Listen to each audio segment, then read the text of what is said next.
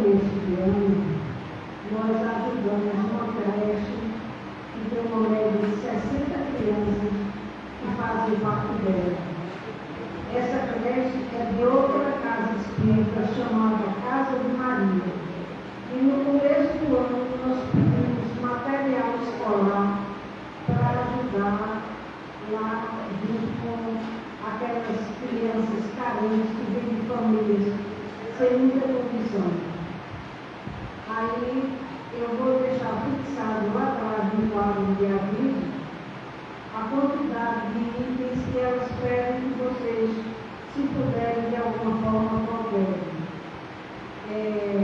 Papel ofício, cartolina, massa de modelar, cola de isopor, tesoura, borracha para lápis grafite, lapiseira, tinta de dedo ou outras, e caneta tipo permanente.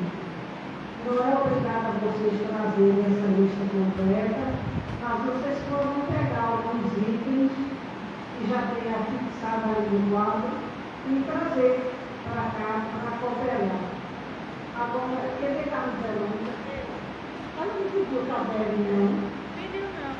Eu acho que ela esqueceu. Ela só botou material, ela não botou caderno.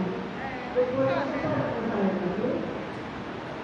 Aí todo ano a gente recolhe esse material, como também vocês tiverem sobrinhos ou filhos que já não queiram usar aquele estojo de lápis, aquela bolsa do colégio, claro, a gente repassa para as crianças de lá. Ok? Vamos fazer a nossa prece para dar início ao nosso trabalho. Nosso Pai, que estás em toda parte, santificado seja o teu nome, e louvor de todas as criaturas. Venha a nós o teu reino de amor e sabedoria. Que seja feita a tua vontade, acima dos nossos desejos, tanto na terra como nos ciclos espirituais. O pão nosso do corpo e da mente dá-nos hoje. Perdoa as nossas dívidas, e ensinando-nos a perdoar os nossos devedores, com esquecimento de todo o mal. Não permitas que venhamos a cair sobre os golpes da tentação da nossa própria inferioridade. Livra-nos do mal que é revestido em nosso meio, porque só em ti que a luz eterna, do reino e do poder, da glória e da paz, da justiça e do amor, para sempre assim seja. Jesus amado, nosso infinita bondade, pedimos as tuas bênçãos para o trabalho que ora se inicia. Permita, Senhor de amor, que a tua luz divina desça sobre todos nós, e possamos, trabalhadores dessa casa, seguir os teus ensinamentos bíblicos, auxiliando a todos os necessitados, encarnados e desencarnados, pertencentes. Assim seja. Vamos ouvir o nosso irmão Adilson. Você deu o suporte ou eu vou tirar o suporte? Vai tirar o microfone? Não alcança, altura, alcança. Pode tirar a máscara se quiser. Pode tirar a máscara. Melhor. Meus irmãos, que a paz do nosso Mestre Jesus permaneça com todos. Para mim, é uma grande satisfação participar desta oportunidade de trabalho. Uma honra estar compartilhando com todos vocês essa proposta libertadora, que é a proposta da doutrina dos Espíritos.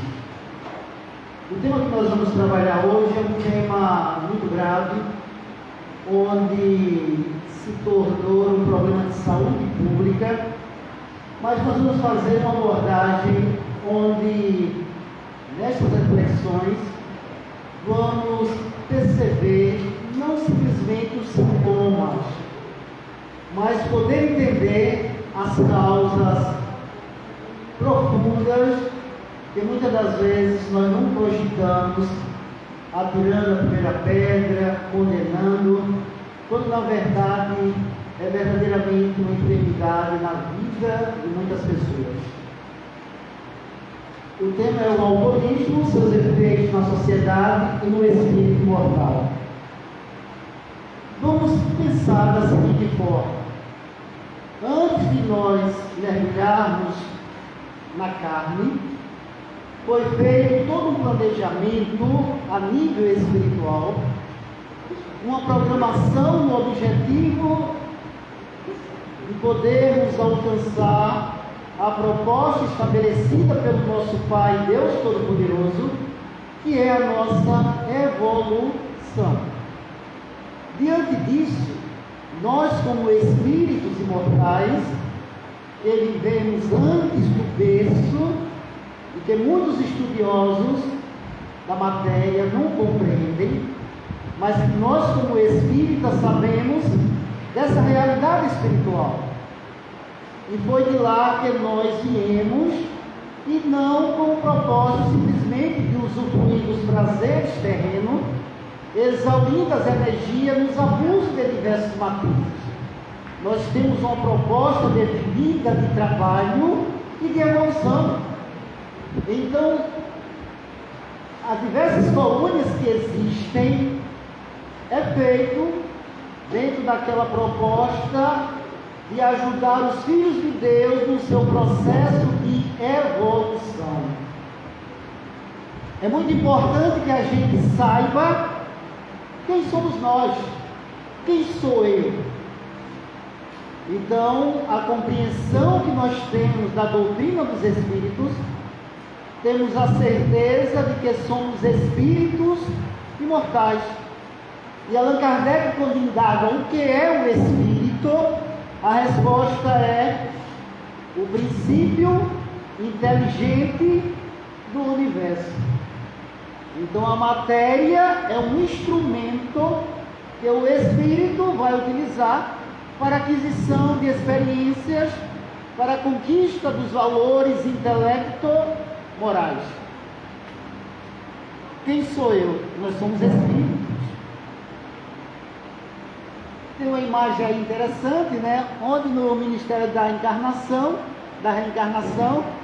está ali o espírito escolhendo o corpo para a sua experiência na matéria. Mas não é bem assim, né?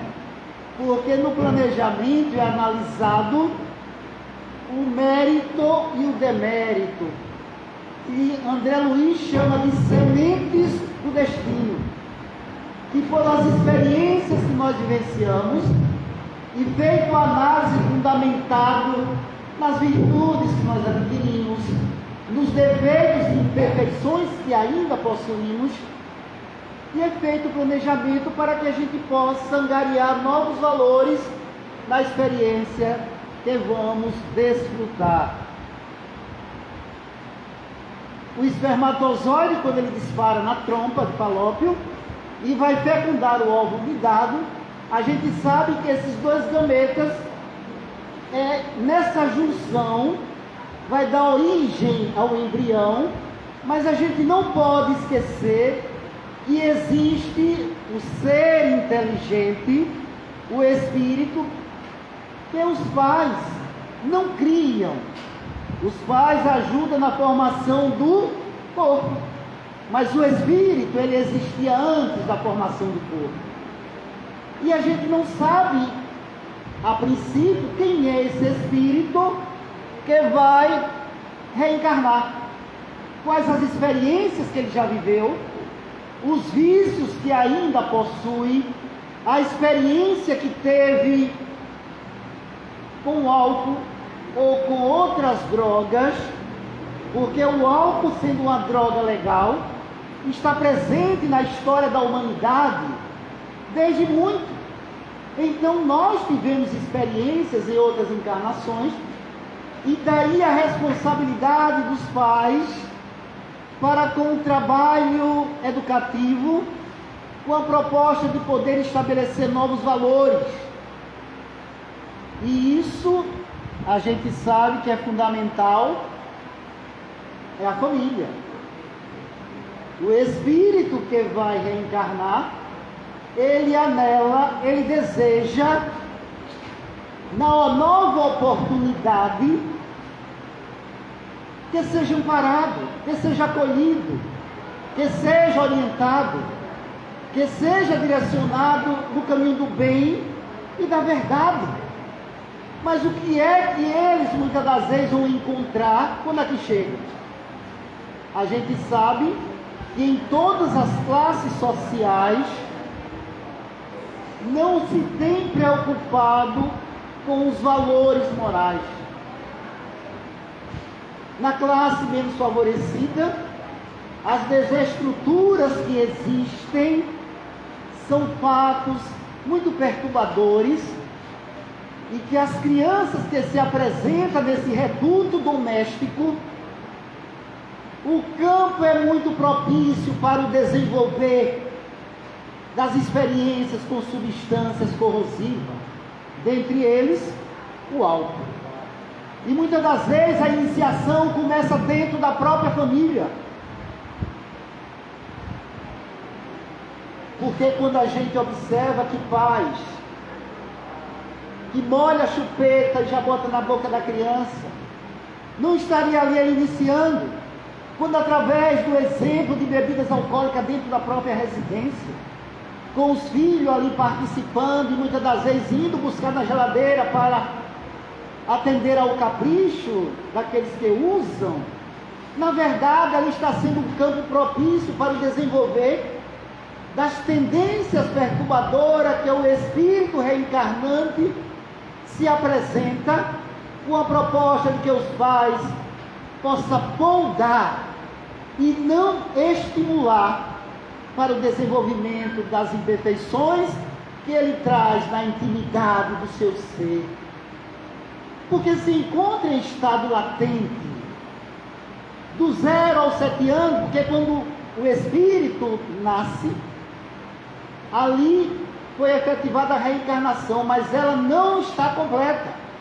Dizem os espíritos que aos 7 anos é que irá se completar o seu desenvolvimento. E neste período, também os espíritos afirmam que é o processo, é o período mais favorável para imprimir e fortalecer e educar o filho nesta proposta da formação do caráter. Então, se ele encontra o desajuste na família, como a gente vai ver algumas imagens, esse gritando, eu quero uma família, porque muitas das vezes a violência no reduto doméstico, porque no dizer de Joana de Ângeles, há uma diferença entre a família no sentido da estrutura, ou melhor, da casa, que é a estrutura de tijolo, de barro, mas o lar é diferente. O lar são as relações entre as pessoas, entre os cônjuges, pais e filhos, mães e filhas e filhos. Essa relação é que ela denomina de lar, porque a casa é a estrutura de tijolo, de barro, de argamassa, são os móveis. Então, se essa relação se encontra conturbada, onde tem a presença da substância corrosiva, o álcool, onde tem a violência, que é muito comum quando se aciona essa substância legal, culturalmente aceita, mas altamente corrosiva, vai trazer muito transtorno para os filhos, para as crianças que ali estão inseridas. Eu já vi criança dizer para a família que usava a substância, o álcool, e ela dizer, quando o pai dizia, meu filho, não beba, disse, o senhor não bebe? A senhora não bebe? Então, porque muitas das vezes a gente pensa que são as palavras que vai tocar profundamente ao ser. A criança já está observando, o adolescente, E às vezes a gente vai ter um julgamento de valores para com os nossos filhos, quando na verdade o exemplo está completamente dissociado daquilo que a gente diz, daquilo que a gente orienta. E o que toca profundamente o coração não são as palavras, são os exemplos. E a gente vê uma criança que está numa situação perturbadora dessa natureza. Qual vai ser essa formação dessa criança no decorrer do tempo?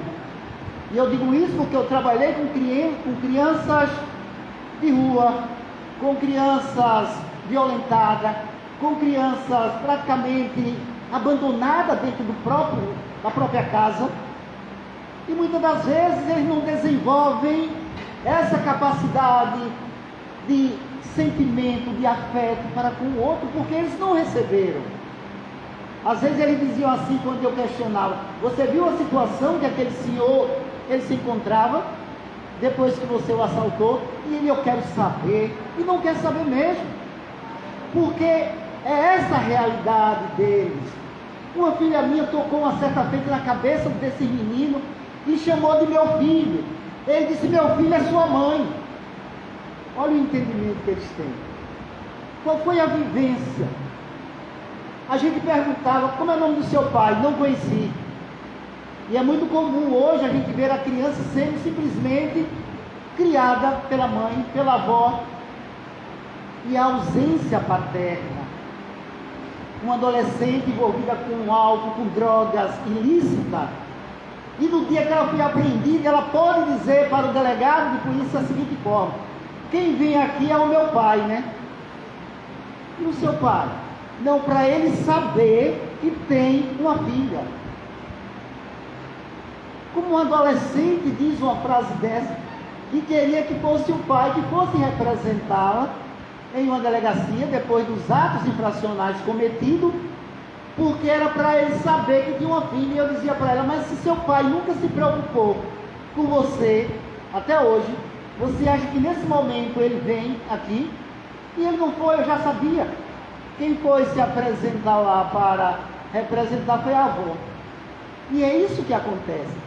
Numa sociedade onde a gente vê a desestrutura familiar, as desigualdades sociais, onde os recursos da riqueza do país ficando com a minoria e a grande maioria passando sérias necessidades, onde pessoas que vivem verdadeiramente na miséria, uma sociedade violenta, altamente perturbadora, o que a gente pode esperar dos seus integrantes, se não procurar uma válvula de escape através das substâncias corrosivas?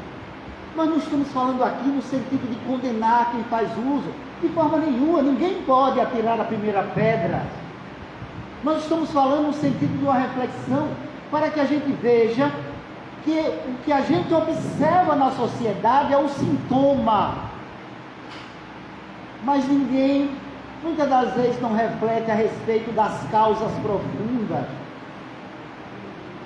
Uma criança de 11 anos de idade, eu ensinava lá no Aterro de Muribé, que ela dizia certa feita: professor, para mim tanto faz a vida como a morte.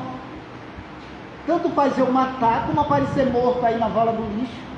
E estava lá com um tubo de cola na mão, procurando fugir da realidade. Essa situação perturbadora é muito difícil. Alguém que não tem uma estrutura moral, psicológica, tem uma estrutura de fé fundamentada numa doutrina como esta, que é esclarecedora, é libertadora, que acende-nos a luz, nos clareia por dentro e nos dá força para suportar as adversidades, as dificuldades. É muito comum, numa sexta-feira, tem até um termo muito comum, como amanhã, a gente vê as pessoas que às vezes trabalham, aí diz sextou. E sextou, você já sabe o que representa isso. Porque na verdade a indução dessa substância através da mídia também é muito forte. em horários nobres, propaganda de bebida alcoólica. Tem uma propaganda aí que você vê uma onda. Imagine, você fica batendo, enxugando gelo, porque na mídia, no horário nobre, vem uma propaganda de uma onda avassaladora de uma substância alcoólica, onde a pessoa vê aquilo ali e já dá vontade de beber. Imagine para alguém que está no desenvolvimento, no período da adolescência, sem ter os exemplos dignos dentro de casa, sem ter uma orientação fundamentada na mensagem do nosso Mestre Jesus, sendo orientado numa moral cristã, num centro espírita, numa igreja evangélica, mas que ele tenha um direcionamento para a compreensão da divindade, para ter um respeito para com o seu próximo, para consigo mesmo. Então, se ele é trabalhado dentro dessa perspectiva, é claro que ele pode até se envolver com as substâncias corrosivas, mas ele vai ter um padrão que é um orientor, vai ter uma diretriz que sedimentou em seu coração, e ele vai saber mais cedo ou mais tarde dizer sim ou não. Mas uma pessoa que não teve nenhuma orientação, meu filho, pensa. Eu vou falar da minha família também. Eu tenho um cunhado que ele já se encontra na pátria espiritual. E ele, eu vou usar a linguagem popular, tomava todas. Tinha dia dele ficar quando bebia, porque o álcool é uma droga depressora do sistema nervoso central. Pessoa que bebe, até a princípio até fica um pouco eufórico, mas logo deprime, e ele fica numa posição, ele batia o queixo aqui no peito e dormia no relento. A esposa, minha irmã, tentava botar ele para casa, mas ele estava apagado, entrava mesmo em coma. Foi acometido de um problema de diabetes, teve uma lesão na perna, teve que amputar uma perna. Mesmo assim, não cogitava de parar de beber, porque é uma doença, é muito difícil. Muita gente diz assim: por que você não para de beber para quem bebe? Não compreende que não é tão simples assim. Mandar a pessoa parar de beber é como alguém que diz para um depressivo: você não tem fé, não vai atender a necessidade imperiosa daquilo que a pessoa está atravessando. Às vezes até tem algum desejo de mudar, mas existe um contingente muito forte, que é a dependência.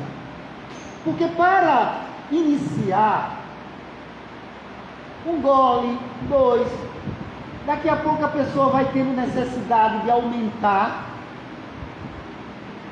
e aumentar cada vez mais para ter o mesmo prazer que teve no primeiro trago, no primeiro gole. E daí passa para o abuso, uso, abuso e dependência.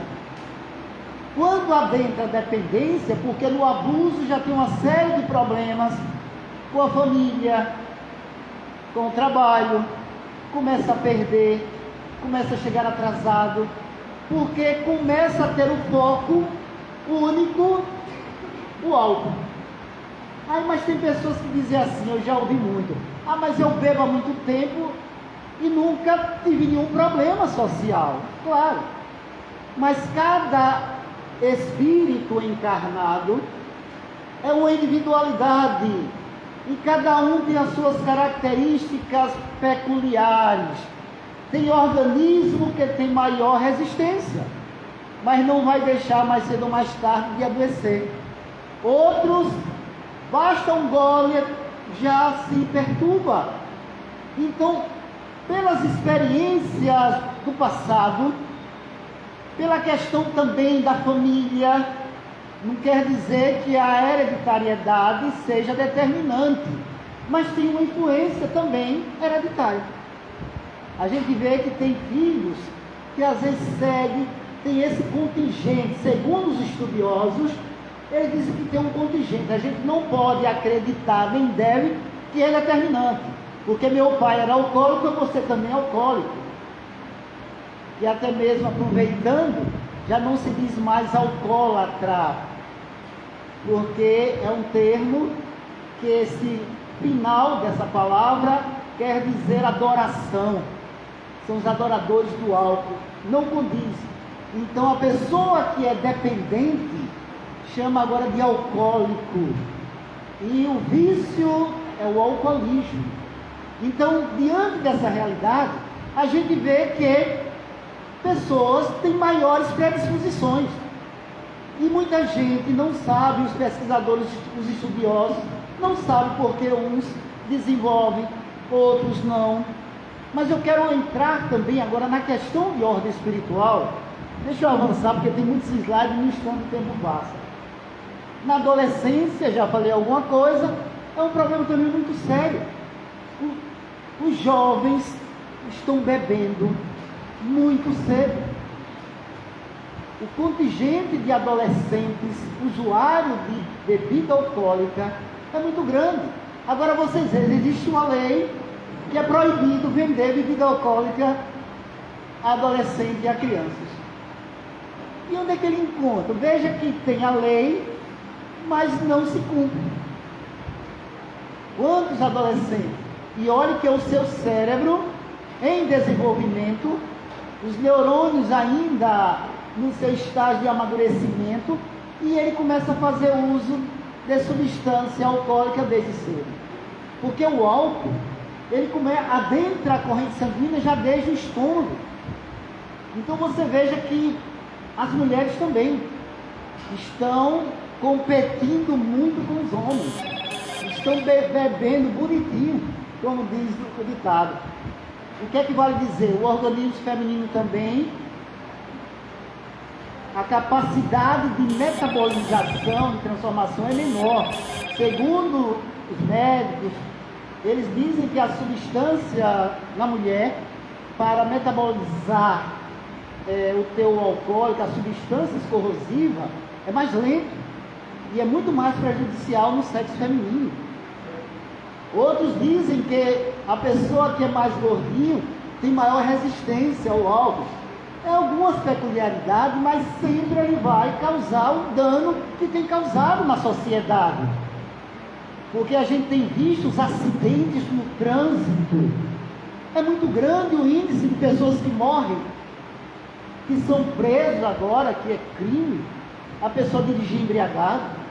E atentar também contra a vida do outro, porque alguém que está dirigindo embriagado, ele não só atenta contra a sua própria existência, como atenta contra a vida do seu próximo, do seu irmão. Então na adolescência tem também esse agravante, né? Mas está aí o estímulo na sociedade, né?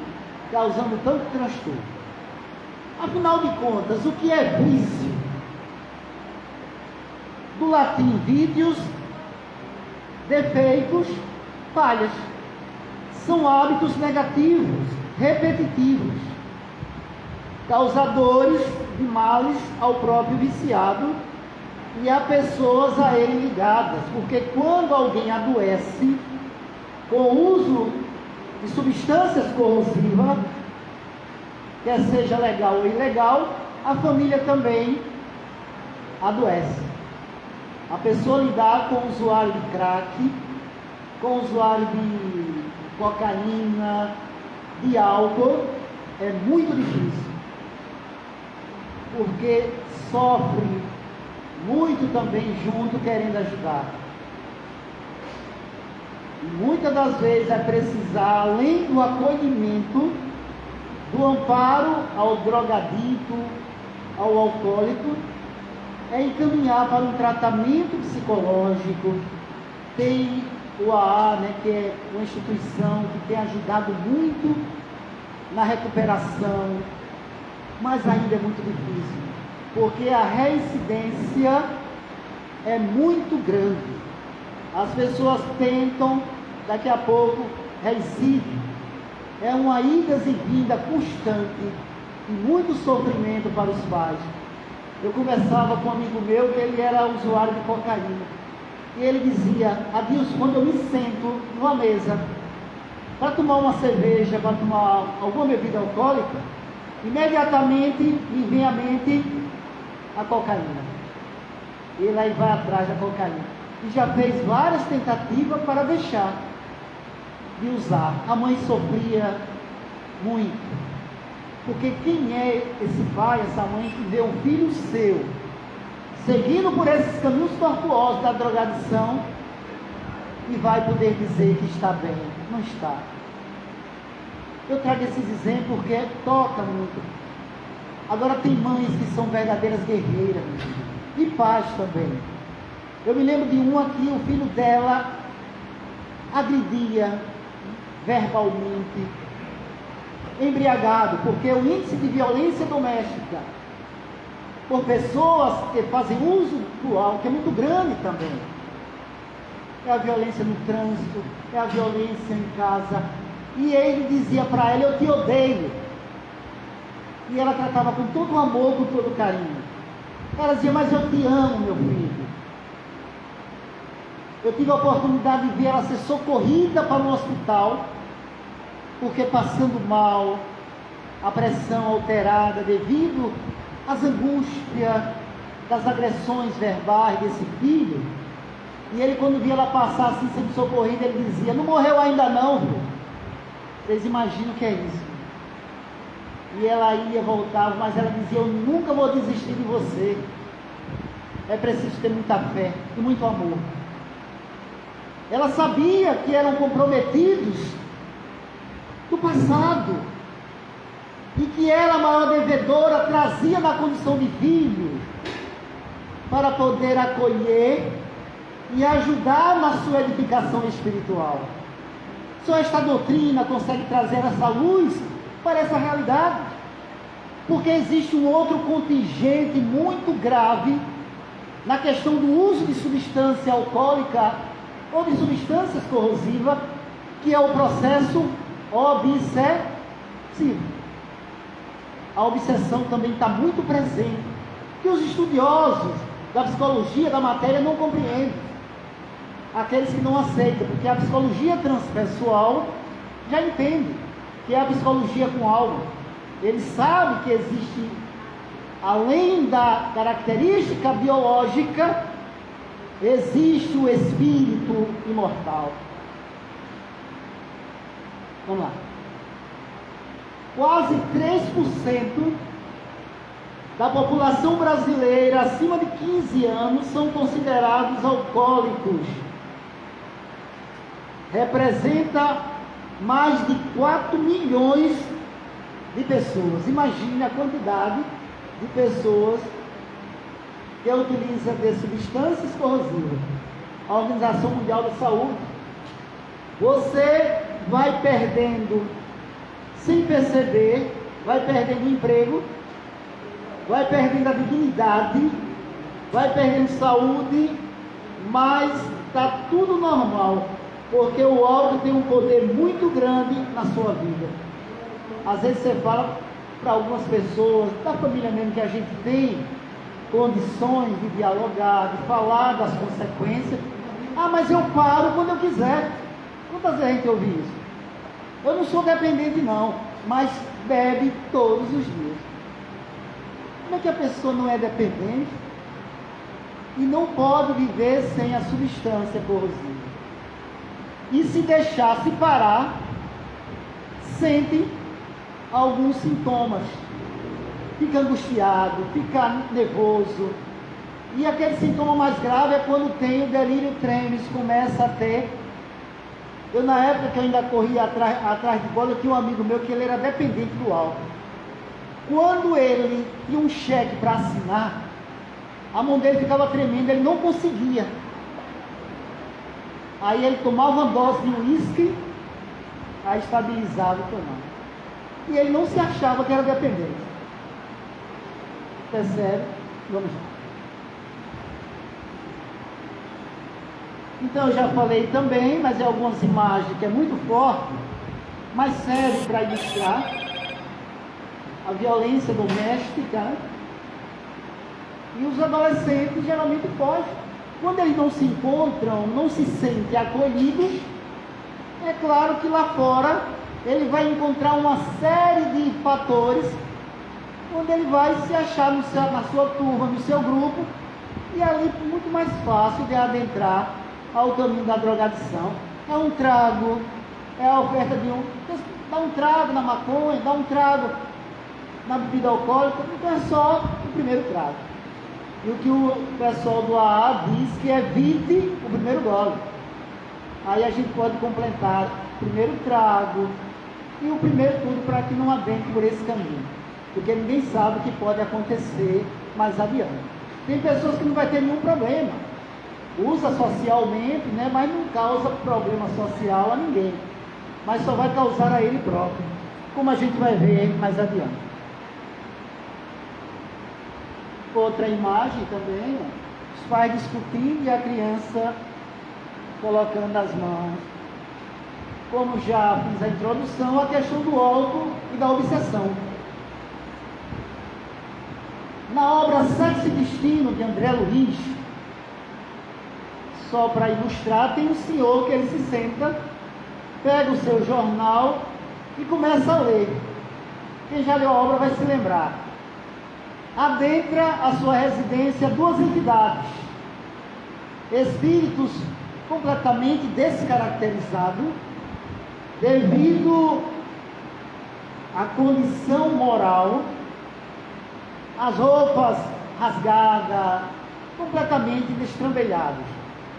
Eram espíritos que foram viciados quando na carne da bebida alcoólica. Eles entram, o primeiro se aproxima do cidadão que está com o jornal e sopra no ouvido dele: eu quero beber.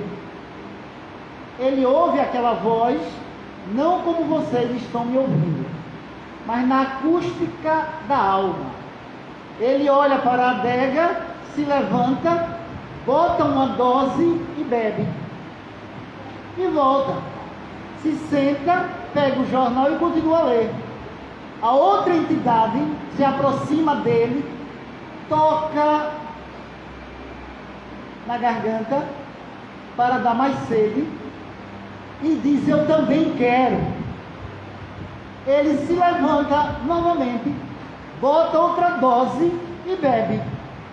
André Luiz, como estudioso e revelador dessa relação no mundo espiritual, ele diz: mas ele não fez nenhum esforço para reagir, simplesmente aceitou. Os casos de obsessão só existem porque existe o quê? A imperfeição, a sintonia, o débito.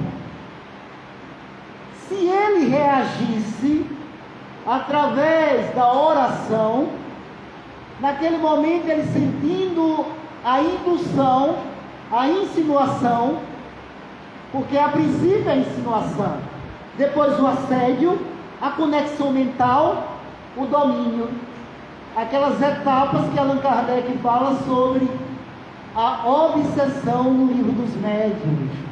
Obsessão simples, fascinação, subjugação. Vamos correr porque o tempo dizem que é materialista. Outra imagem perturbadora, né? Agora, os efeitos do álcool no corpo físico. Claro, eu já falei alguns, né? Vai causando lesão no fígado. Pessoas que às vezes depois de uma ressaca começa a bater lá na barriga: pô, meu fígado está doendo. Mas as consequências são desastrosas. Claro que com o decorrer do tempo, da persistência, claro, órgãos vão sendo lesados de tal forma como os rins. Eu gosto de trazer exemplo do amigo nosso que ele teve que fazer hemodiálise. E ele dizia: eu estou desse jeito, mas eu tomei todas. Ele fazia 3 vezes por semana hemodiálise, porque os rins já não fazia o papel que esse órgão tem, que é de filtrar o sangue e eliminar esse aparelho excretor, esse órgão excretor. Então ele precisava ir para o hospital 3 vezes, e ele dizia assim: olha, eu estou desse jeito, porque ele teve um AVC, paralisou os membros superiores, membros inferiores parcialmente, e ele andava trôpego dentro de casa. E ele dizia, eu estou desse jeito, mas eu aproveitei a minha vida. Tudo que tinha para beber, eu bebi. Tudo que eu queria fumar, fumou. E ele realmente não tinha limite para nada, nem para alimentação. A irmã fazia a comida sem sal, que ele não podia porque a pressão nas alturas, e ele levantava trôpego, ia até o saleiro, pegava e botava na comida.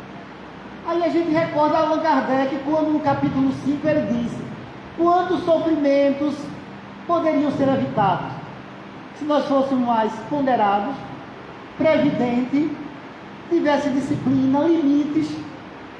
Aí a gente quer botar como não, é porque Deus quer como está doente. Não é Deus que quer, não. Eu estou assim por causa do meu obsessor. Também não. Por causa da minha mãe e do meu pai, que é muito jovem, costumo botar como somente nos pais. Eles nunca têm culpa nem responsabilidades.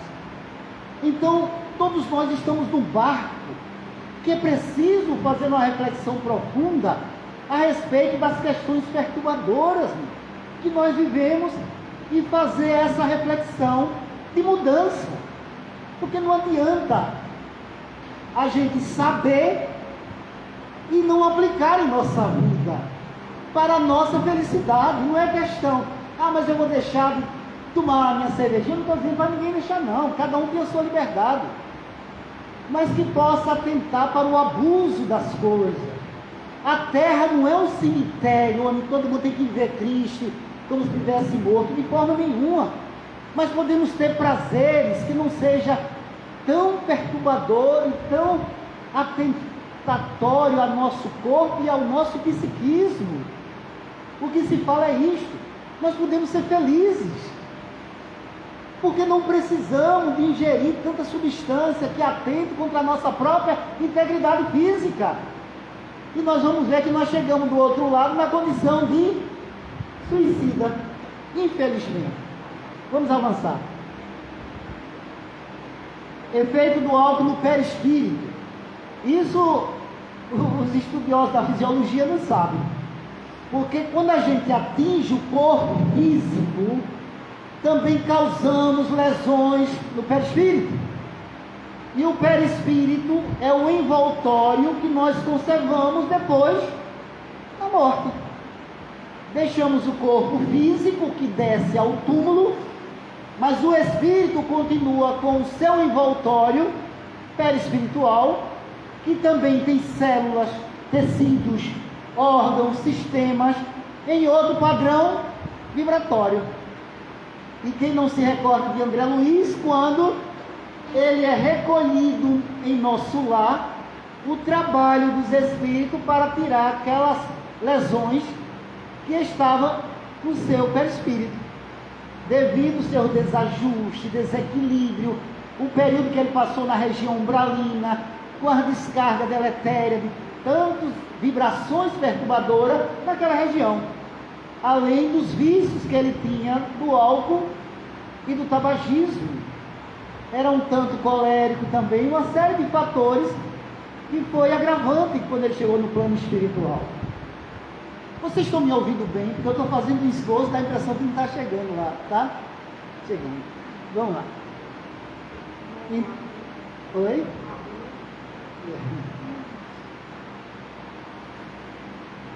Então, os efeitos no perispírito. Quando nós chegamos no plano espiritual, vai ter que ser trabalhado para diminuir, atenuar as lesões que foi implementada com o uso das substâncias corrosivas. Só que a gente não vai conseguir liberar tudo, não. Vamos ter necessidade de, na reencarnação, vocês vão ver lá adiante o que André Luiz ele diz. Vamos avançar. Virtudes e vícios. Allan Kardec pergunta no item 893, qual a mais meritória de todas as virtudes? Toda virtude tem seu mérito próprio, porque todas indicam progresso na senda do bem. a virtude sempre que é a resistência voluntária ao arrastamento dos maus pendores. É aquilo que Allan Kardec diz, a gente domar as más inclinações. No início é difícil, mas à medida que a gente persevera, aí se torna natural. A gente vai ver que não tem essa necessidade, nem essa angústia que o uso de substância corrosiva proporciona. A sublimidade da virtude, porém, está no sacrifício do interesse pessoal, pelo bem do próximo, sem pensamento oculto. A mais meritória é a que assenta na mais desinteressada caridade. Um dia a gente chega lá. Poderia sempre o homem, pelos seus esforços, vencer as suas más inclinações? Livro dos Espíritos, 909. Sim, olha, os Espíritos, e frequentemente fazendo esforços muito insignificantes. Livro dos Espíritos. O que lhe falta é a vontade. Com poucos dentre vós fazem esforços. Como o cidadão que ali estava sentado com o jornal, deixa a vida me levar, né? Então junta o útil ao agradável, aquilo que ele gosta. E um cidadão que ia muito na nossa casa, o Centro Espírita, Paz, Luz e Caridade, e ele dizia que queria deixar de beber. Mas ele dizia da boca para fora. E voltava. A gente via que ele não dizia de coração. E voltava e perturbava a vida de todo mundo, dos familiares. Graças a Deus, adoeceu. E hoje ele está mais comedido. Mas a pressão muito grande, de vez em quando ele quer a família, o desajuste familiar, de vez em quando ele dá umas escapadas, mas graças a Deus melhorou muito. Essa agora somos nós que sabemos como espírita. Efeito das drogas, quer seja o álcool ou qualquer outra substância corrosiva, em uma outra reencarnação. Acontece isso, meus irmãos? Muita gente não sabe disso, né? Veja o que André Luiz ele diz. Aqueles que por vezes diversas perderam vasta oportunidade de trabalho na terra pela ingestão sistemática de elementos corrosivos, como seja o álcool e outros venenos das forças orgânicas. Quase sempre atravessa as águas da morte como suicidas indiretos e despertando para a obra de reajuste que lhe é indispensável, imploram o regresso à carne em corpos inclinados, entenderam? A múltiplas enfermidades. Ação e Reação, psicografada por Chico Xavier e ditada pelo espírito de André Luiz. Vou trazer um outro exemplo de uma criancinha que viveu somente 4 anos de idade. Desenvolveu um tumor cancerígeno na área digestiva. A mãe rodou para tudo quanto é de médico, foi para Salvador, foi para São Paulo. Em São Paulo conseguiu extirpar o tumor cancerígeno. Nesse dia ele brincou, a mãe tirava foto, aí ele parou, olhou para ela e disse: mamãe, acabou. Ele cansado, o câncer em metástase começaram a atingir a área pulmonar e ele não passou dos seus 4 anos de idade. Ele não andava, o tumor chegou a crescer quase 2 quilos na sua barriga, uma tristeza. A mãe evangélica dizia: será que Deus está me castigando? Mas a gente sabe que Deus não castiga nenhum dos seus filhos.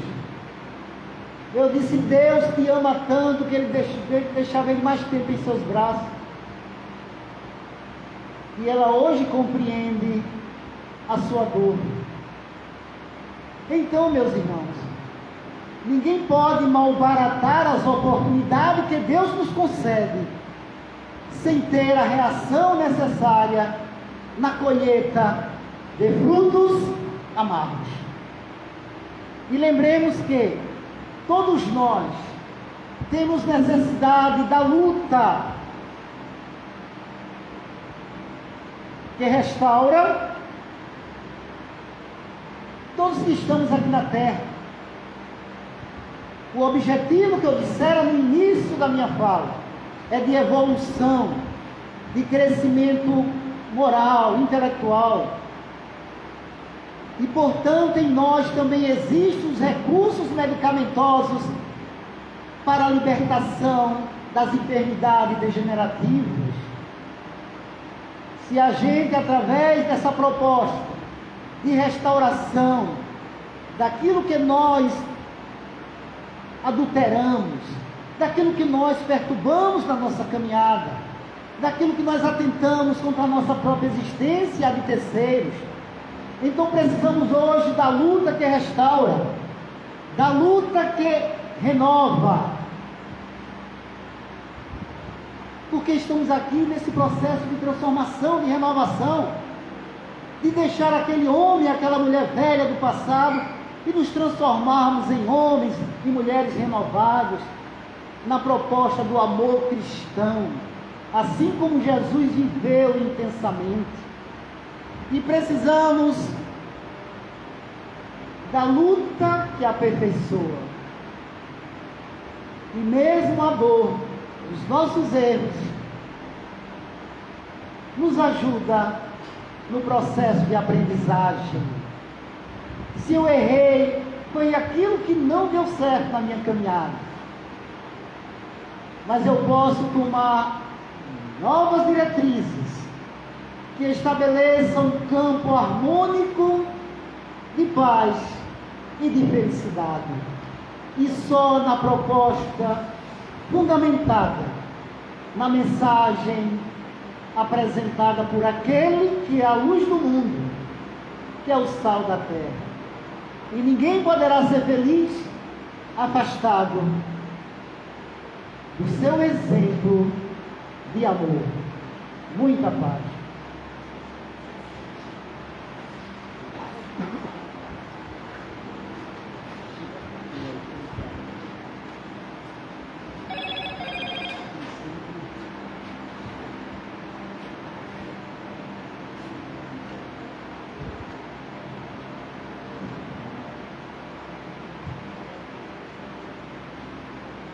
Queremos agradecer a presença do nosso irmão,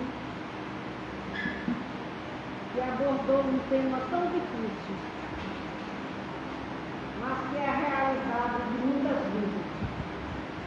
São raras as pessoas que não se sentem atingidas por um familiar, um amigo mais próximo, um ente querido, que embarca na ilusão de viver a vida plenamente, como se não houvesse um amanhã.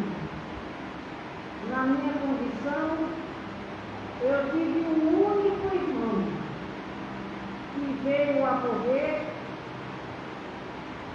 aos 26 anos. Era o orgulho do meu pai. Naqueles tempos idos, era um aviador com um futuro prometendo muito êxito em sua vida. Nunca tinha tomado nada alcoólico.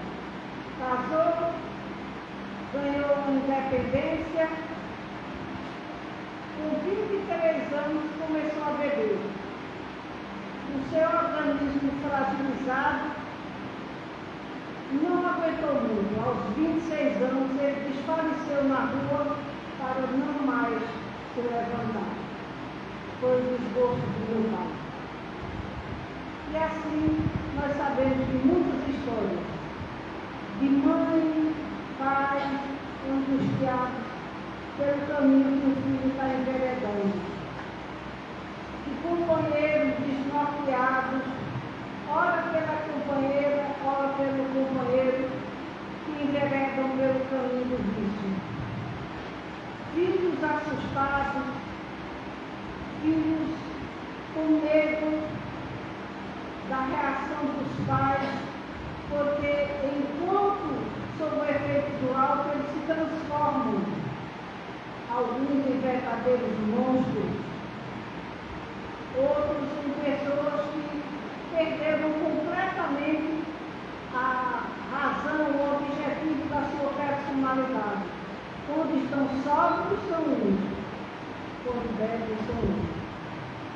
Mas que a lição de hoje nos sirva de exemplo, que nos ajude a compreensão para sustentarmos os nossos que por acaso enveredam por esse caminho. Para aqueles que já estão nele, eu diria, freie, rompa todos os grilhões com os quais você se acha envolvido e comprometido. Não espere que ninguém faça por você, porque você foi o causador, você é quem tem que responder por ele. Vocês podem pensar, é muito difícil, essa mulher está falando de uma maneira muito dura, mas não. O bom pai, a boa mãe, é aquela que mostra a realidade ao seu filho, que não passa a mão na sua cabeça, mas que também não fecha a porta para que ele não encontre o caminho de volta. Nós deixamos aberto o coração, ajudamos na medida do possível, mas não alimentamos demais as fantasias, doentias que habitam a mente e o coração do viciado. Que Jesus se apiede de todos eles, que Ele fortaleça os nossos corações para uma manhã de libertação, de paz e de êxito no objetivo alcançado. Mais uma vez quero agradecer ao nosso irmão. Desculpe na forma como eu me estou, mas é porque quando a gente quer tocar mais de perto sobre um problema, há uma necessidade da gente exemplificar para poder fazer com que vocês despertem na sua vida para o perigo do que vem a ser o vício, principalmente o alcoolismo. Vamos fazer a nossa prece e em seguida haverá o passo coletivo. Senhor, já que estamos sendo merecedores de tuas graças, ajuda-nos a enfrentar todos os obstáculos, dá-nos força suficiente para aguentar os corações deprimidos. Enobece nossos lábios, deixa-nos ouvidos a qualquer medida, dá-nos as provas que julgarmos necessárias, mas dá-nos também a coragem de enfrentá-las contigo no coração. Te agradecemos, Senhor de amor, a oportunidade que temos nesta noite de nos reunirmos em teu nome. Que a tua misericórdia infinita seja derramada sobre todos nós, e que ela possa ser levada pelos nossos lábios, trazendo paz, união, esperança, poder de Deus. Nunca mais. Vamos elevar o nosso pensamento neste momento ao amado Mestre Jesus, para que Ele permita que a espiritualidade maior desta casa possa derramar sobre todos vocês paz, saúde, equilíbrio, perseverança, porque todo aquele que volta ao nosso plano terreno, ele vem com o coração cheio de esperança, de vencer as suas imperfeições, de levar adiante aquilo a qual ele se comprometeu.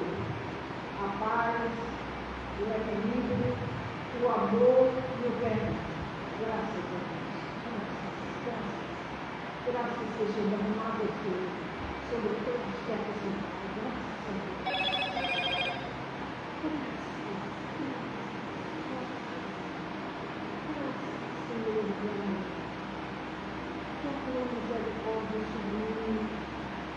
Seja o abrigo para todos aqueles necessitados de reequilíbrio.